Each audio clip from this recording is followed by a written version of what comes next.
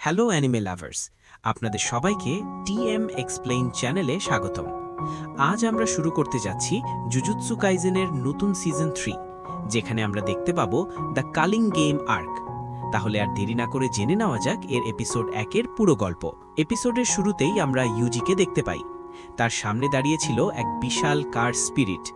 Yuji সেই কার্সের হাত থেকে বাঁচতে দৌড়াতে থাকে। এক বিল্ডিং থেকে আরেক বিল্ডিংয়ে লাফিয়ে পালাচ্ছিল সে। ঠিক তখনই কার্সটি ইউজিকে নিজের হাতে ধরে ফেলে, কিন্তু হঠাৎ করেই কেউ সেই কার্সটিকে আঘাত করে মেরে ফেলে, আর কার্সটি ইউজির ওপরেই এসে পড়ে। এই কার্সটিকে মেরেছিল ইউতা, যে আসলে এখানে ইউজিকেই মারতে এসেছে। এরপর গল্প কিছুটা পেছনে ফিরে যায়।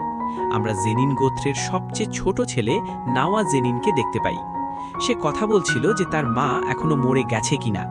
সে বলে, এমন মেয়ের তো মরেই যাওয়া উচিত যে ঘরের পুরুষদের কথা শোনে না। তার চেয়ে মাই ভালো, অন্তত সে জানে যে সে একজন মেয়ে। এ সময় নাওয়ার সঙ্গে দেখা হয় জিনিচি আর ওজি জেনিনের। তারা নাওয়াকে ধমক দেয়, কারণ তার বাবা শেষ নিঃশ্বাস গুনছে আর সে এখন আসছে। নাওয়া বলে, এতে কার কি আসে যায়, সবাই জানে জেনিন গোত্রের পরবর্তী উত্তরাধিকারী আমি। আমার সব বড় ভাই কোনো কাজের না। ওজি আঙ্কেল, আপনার তো কোনো ছেলে নেই, শুধু 2 মেয়ে। আর জিনিচি, তোমার তো চেহারাটাই খারাপ, একেবারে তোমার ভাই তোজির উল্টো।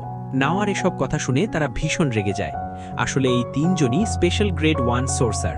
ঠিক তখনই খবর আসে যে জেনিন গোত্রের প্রধান নাওবিত জেনিন আর বেঁচে নেই, আর এখন তার উইল পড়া হবে। তার শেষ ইচ্ছা অনুযায়ী তারপরে নাওয়াকেই জেনিন গোত্রের প্রধান বানানো হবে। সব জমি জমা আর অভিশপ্ত অস্ত্র যা জুজুৎসু হাইয়ের ভল্টে রাখা আছে, সেগুলোর অধিকার নামার হবে।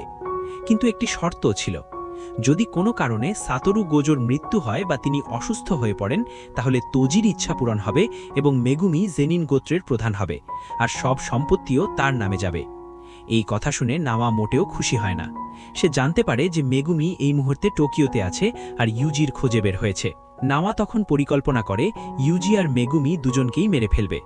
টোকিও শহরের ভেতরে এখন লাখ লাখ কার স্পিরিট ঘুরে বেড়াচ্ছে, তাই কেউ প্রশ্ন করবে না মেগুমি কিভাবে মরল। একবার মেগুমি মারা গেলে সম্পত্তি দখল করার আর কেউ থাকবে না। তখন জেনিন গোত্রের একমাত্র প্রধান হবে নামাই। অন্যদিকে আমরা ইউজিকে দেখি একা বসে আছে। চোজো তার কাছে এসে জিজ্ঞেস করে এখন তার ক্ষত কেমন আছে। ইউজি বলে এখন সে ঠিক আছে, সম্ভবত সুকুনার কারণে। সে তার শক্তি বাড়তেও অনুভব করতে পারছে। চোজো ইউজিকে আবার জুজুৎসু হাইয়ে ফিরে যেতে বলে, কিন্তু ইউজি বলে সে সেখানে যেতে পারবে না, কারণ সুকুনা মেগুমির বিরুদ্ধে কিছু একটা ষড়যন্ত্র করছে, আর তার হাতেই অজান্তে কত নিরীহ মানুষ মারা গেছে। সে আর কারো সামনে মুখ দেখাতে পারে না। সে তো চোজোর ভাইয়েদেরও মেরেছিল। চোজো বলে ওটা একটা ভুল বোঝাবুঝি ছিল। তার ভাইয়েরা ইউজিকে মাফ করে দিত, কারণ তারা ভাই, আর সেটাই সবচেয়ে গুরুত্বপূর্ণ। ইউজি বলে আগে চল এখানে থাকা কার স্পিরিটগুলোকে শেষ করি। এরপর ইউজি শহরের ভেতর দৌড়াতে থাকে, আর অনেক কার্স তার পেছনে পড়ে যায়। কিছু কার্সকে সে এক ঘুষিতেই মেরে ফেলে। অনেকগুলো কার্সকে পেছনে টেনে নিয়ে সে একটি আন্ডারগ্রাউন্ড ব্রিজে পৌঁছায়। ব্রিজের অন্য পাশে দাঁড়িয়েছিল চোজো। সে তার পিয়ার্সিং ব্লাড টেকনিক দিয়ে এক শটেই সব কার্স মেরে ফেলে। একটি কার্স চোজোর পেছনে এলে ইউজি সেটাকে ঘুষি মেরে শেষ করে দেয়। চোজো মনে মনে ভাবে, যখন ইউজি তার সঙ্গে লড়েছিল তখনও সে খুব শক্তিশালী ছিল, কিন্তু এখন সে নিজের কার্স এনার্জি নিয়ন্ত্রণ করতে শিখে গেছে। পুরোপুরি সুস্থ না হলেও সে যেন এক ডেমন গড, যেমনটা সে তার ছোট ভাইয়ের কাছ থেকে আশা করেছিল। সে ইউজিকে তার বাবার ব্যাপারে কিছু বলতে যাচ্ছিল, ঠিক তখনই সেখানে হাজির হয় নাওয়া। নাওয়া জিজ্ঞেস করে মেগুমি কোথায়, সে এখনো আসেনি, আর তোমরা দুজন এখনো এখানে আছো কেন, পালাওনি? ইউজি জিজ্ঞেস করে আমরা পালাবো কেন? নাওয়া বলে তোমার মৃত্যুদণ্ড দেয়া হয়েছে, এখন গোজো নেই, তাই তোমাকে রক্ষা করার কেউ নেই। গোজোর ভয়ে হায়ার আপসরা এতদিন কিছু করতো না। নাওয়া আরও বলে আসলে সে মেগুমিকে মারতে এসেছিল, কিন্তু এখন ইউজিকেও মেরে ফেলবে। এই বলে নাওয়া হঠাৎ ইউজির পেছনে গিয়ে তাকে ঘুষি মারে। চোজো আক্রমণ করতে গেলে নাওয়া মুহূর্তেই তার পেছনে পৌঁছে গিয়ে ঘুষির বৃষ্টি শুরু করে দেয়। নাওয়া তাদের দুজনের চেয়েও অনেক দ্রুত ছিল। চোজো বুঝে যায় তার নিশ্চয়ই কোনো বিশেষ টেকনিক আছে। ঠিক তখনই তারা এক ভয়ঙ্কর কার্স্ট এনার্জি অনুভব করে। ইউজি ভাবে এটা কি মিস্টার গোজো, কিন্তু ঘুরে দেখে এটা আসলে ইউতা।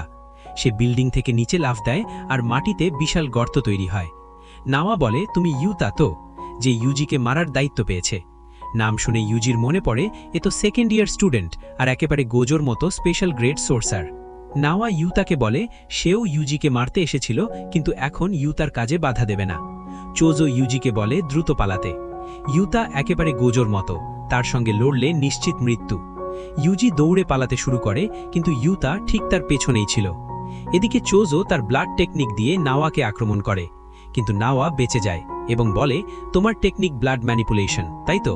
পিয়ার্সিং ব্লাড ছাড়া ভয়ের কিছু নেই, আর ওটা চার্জ করতে সময় লাগে, মানে আমি খুব সহজেই তোমাকে মারতে পারি। চোজো বলে, নিজের কথা ভাবো, তুমি কি মনে করো আমার ভাইয়ের ওপর আক্রমণ করে জীবিত ফিরে যাবে? এদিকে ইউতা ইউজিকে ধরে ফেলে। এটাই ছিল সেই দৃশ্য যেটা আমরা এপিসোডের শুরুতে দেখেছিলাম। ইউজি ইউতার সঙ্গে লড়াই শুরু করে, কিন্তু সে ধীরে ধীরে দুর্বল হয়ে পড়ে। ইউতা দেখতে দুর্বল লাগলেও তার কাস্ট এনার্জি ভয়ঙ্কর পরিমাণে বেশি। সে ইউজির সম্পূর্ণ বিপরীত। ইউজি শারীরিকভাবে শক্তিশালী, কিন্তু তার কাস্ট এনার্জি কম। ইউতা বলে, তার শরীরে সাতোরু গোজোর চেয়েও বেশি কাস্ট এনার্জি আছে, কিন্তু গোজোর কাছে আছে 6 সাইজ, তাই তিনি টেকনিক ব্যবহার করলেও তার এনার্জি কখনো ফুরায় না। এজন্যই তিনি নাম্বার 1। ইউতার এনার্জি ফুরাতে পারে, কিন্তু গোজোর কখনো না। ইউতা আবার ইউজির ওপর আক্রমণ করে। এত বেশি কাস্ট এনার্জির কারণে ইউজি বুঝতেই পারছিল না কখন কোন আক্রমণ আসছে। ইউতার প্রতিটি আক্রমণই মারাত্মক হতে পারে, আর ইউজির আক্রমণে তার কিছুই হচ্ছিল না। তবুও ইউজি সহজে হার মানতে রাজি ছিল না। ইউজি একটি ছুরি তুলে নেয়। গোজো তাকে বলেছিল কিছু সর্সার অস্ত্র ব্যবহার করে, কিন্তু সেজন্য এনার্জি কন্ট্রোল জানতে হয়। ইউজি ছুরি সামনে ধরে ইউতার কাটানা আটকায়, কিন্তু ইউতা বলে, তুমি কাটানার দিকেই বেশি মনোযোগ দিচ্ছ, আর এক শক্ত ঘুষি মারে। ইউজি লাথ মেরে ইউতার কাটানা ভেঙে দেয়। এটা দেখে ইউতা অবাক হয়। শেষ পর্যন্ত ইউজিও তো গোজোরই ছাত্র। ইউজি ভাবে অস্ত্র ছাড়া সে ইউতার সঙ্গে ভালোভাবে লড়াই করতে পারবে, আর আক্রমণ করতে দৌড়ায়। ঠিক তখনই পেছন থেকে এক বিশাল কার্স এসে তাকে ধরে ফেলে। এটা আসলে রিকা। ইউজি বুঝতেই পারছিল না রিকা কোথা থেকে এলো।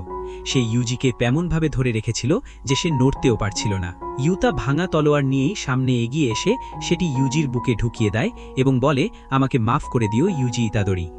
এর সঙ্গেই ইউজির মৃত্যু হয়, আর এপিসোডটি এখানেই শেষ হয়ে যায়। তো বন্ধুরা, ইউতা কি সত্যিই ইউজিকে মেরে ফেলেছে?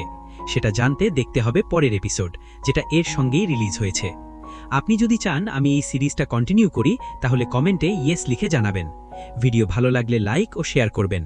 আর যদি আমাদের টিএম এক্সপ্লেইন চ্যানেলে নতুন হয়ে থাকেন, তাহলে সাবস্ক্রাইব করে বেল আইকনে চাপ দিতে ভুলবেন না। আবার দেখা হবে পরের ভিডিওতে। ধন্যবাদ।